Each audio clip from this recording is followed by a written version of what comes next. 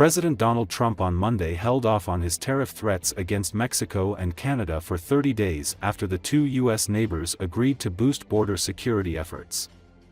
According to Associated Press, Trump on Saturday had directed that 25% tariffs on most imports from the two American partners and 10% on Canadian energy products go into effect at midnight Tuesday. The two nations threatened retaliation of their own, raising the prospects of a broader regional trade war. In a statement on X, Canadian Prime Minister Justin Trudeau said that on a call with Trump he pledged additional cooperation on border security. It follows similar moves by Mexico earlier Monday. Canadian Prime Minister Justin Trudeau posted Monday afternoon on X that the pause would occur while we work together, saying that his government would name a fentanyl czar, list Mexican cartels as terrorist groups and launch a Canada-US Joint Strike Force to combat organized crime, fentanyl and money laundering. The pause followed a similar move with Mexico that allows for a period of negotiations over drug smuggling and illegal immigration. The 10% tariff that Trump ordered on China is still set to go into effect as scheduled on Tuesday, though Trump planned to talk with Chinese President Xi Jinping in the next few days. And it's a pretty amazing sight. And they've agreed to put in 10,000 soldiers permanently, like forever, 10,000 soldiers at their side of the border. Canada was staring in the face of 25% tariffs come midnight tonight. Canada had announced retaliatory tariffs if those tariffs were going to go ahead. But Trudeau, the Prime Minister for now for Canada, had a call with Donald Trump, two calls today, and they made progress on negotiating a deal where Canada would do more at the US-Canadian border to prevent drugs from going into the United States, even though drugs don't really go from Canada to the United States, certainly compared to what happens at the Mexican border with fentanyl.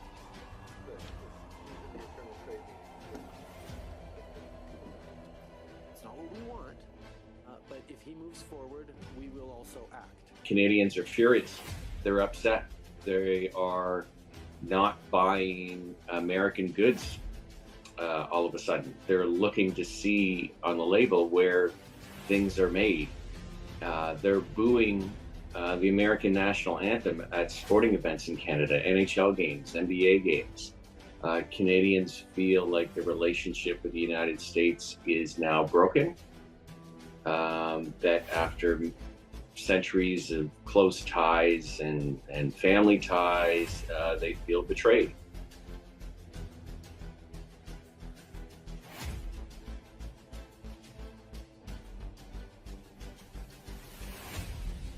I think Canada will certainly have to deal with this tariff threat for some time. It's only been averted for at least 30 days.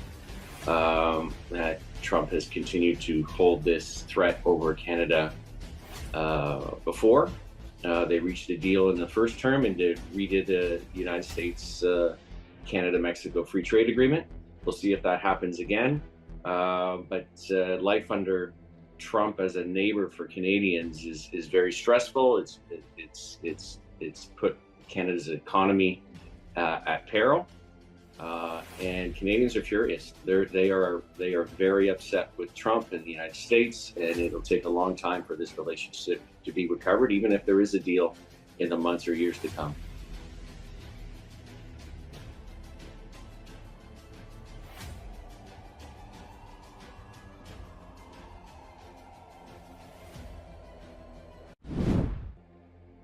U.S. President Donald Trump spoke to reporters at Joint Base Andrews in Maryland on Sunday.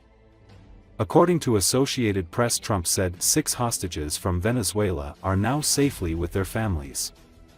6 Americans who had been detained in Venezuela in recent months were freed by the government of President Nicolas Maduro after he met Friday with a Trump administration official tasked with urging the authoritarian leader to take back deported migrants who have committed crimes in the United States.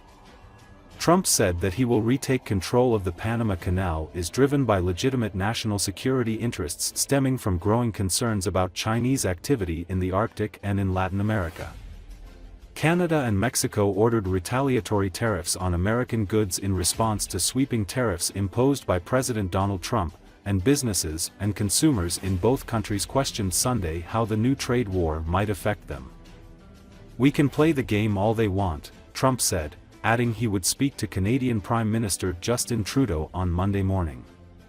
USAID, whose website vanished Saturday without explanation, has been one of the federal agencies most targeted by the Trump administration in an escalating crackdown on the federal government and many of its programs.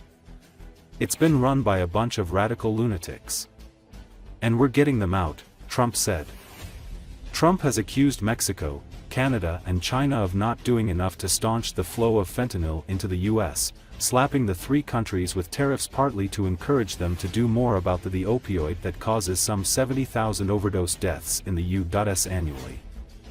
"We have to stop people from pouring in, and we have to stop fentanyl, and that includes China. It's pouring in from China through Mexico and Canada. And they've got to stop it. And if they don't stop it, the tariffs are going to get worse, a lot of worse," he said.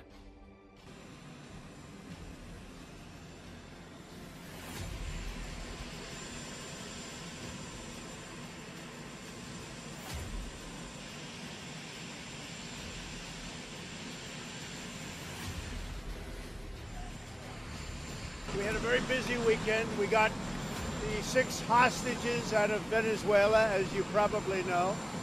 And they're very safe right now. They're home with their families. Secretary of State Rubio is in Panama right now, and we're talking about the Panama Canal. What they've done is terrible. They violated the agreement. They're not allowed to violate the agreement. China's running the Panama Canal. That was not given to China. That was given to Panama foolishly. But they violated the agreement, and we're going to take it back, or something very powerful is going to happen. And I love the people of Canada. I disagree with the leadership of Canada, and something's going to happen there. But if they want to play the game, I don't mind. We can play the game all they want. Mexico, we've had very good talks with them, and this is retaliatory. This is retaliatory to a certain extent. Millions of people flowed into our country through Mexico and Canada, and we're not going to allow that. USAID, run by radical lunatics, and we're getting them out, and then we'll make a decision.